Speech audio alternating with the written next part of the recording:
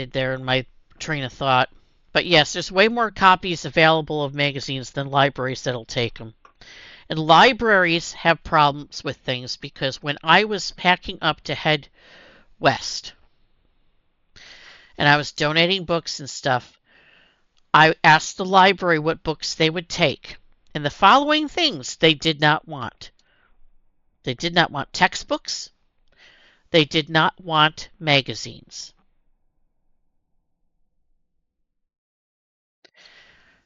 Textbooks they didn't want because they were useless to them. Magazines, they already had magazines, and they didn't have a lot of storage for them, so they were kind of useless to them. So those are the two things they would not take. Now, craft books, cookbooks, novels, no problem. Self-help books, things like that, sure, no problem.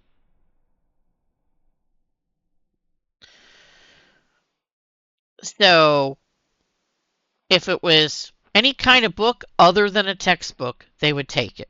But textbooks and magazines, they would not. No problem, Ian, you do that. So that's something to keep in mind is that when you do things like that with libraries and donate things, they will only take certain things. Now, I had an aunt who passed away just before the pandemic. I call her an aunt. She was actually a family friend. She had dementia and she passed away. But before the dementia set in, she was an avid reader. Did a lot of reading. And her husband was an avid reader too.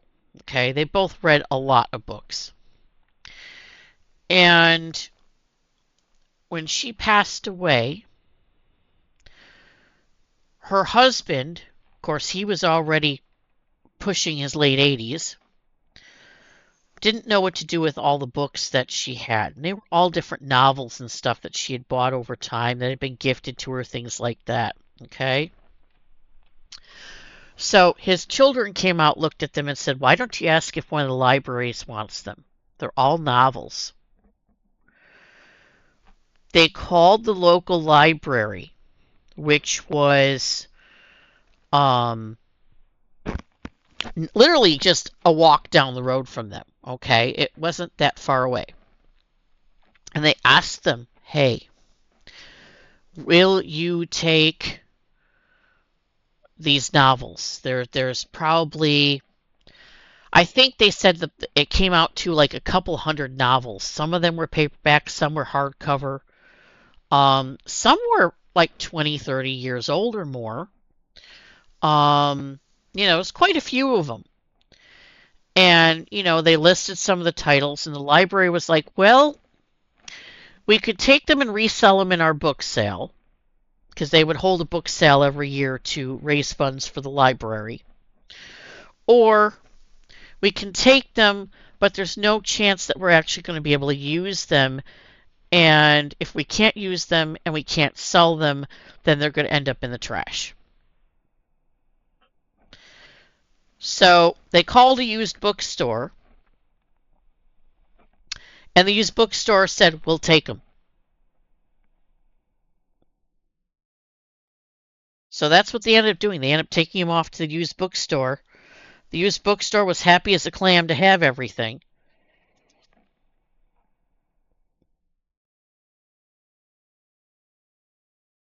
Well, these were all novels, so yeah, they'll definitely take them. I mean, she had a whole series of novels too, like complete series of things. Like, if there was like a 5-book series and she had read all 5 books, she had all 5 books.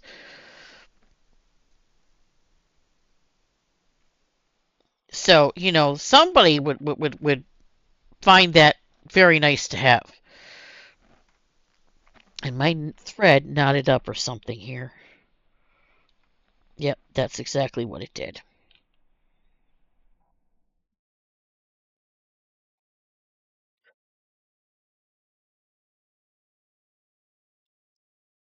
Because they didn't want the books thrown away. They were good books. I've gotten some really cool books at book sales. All right.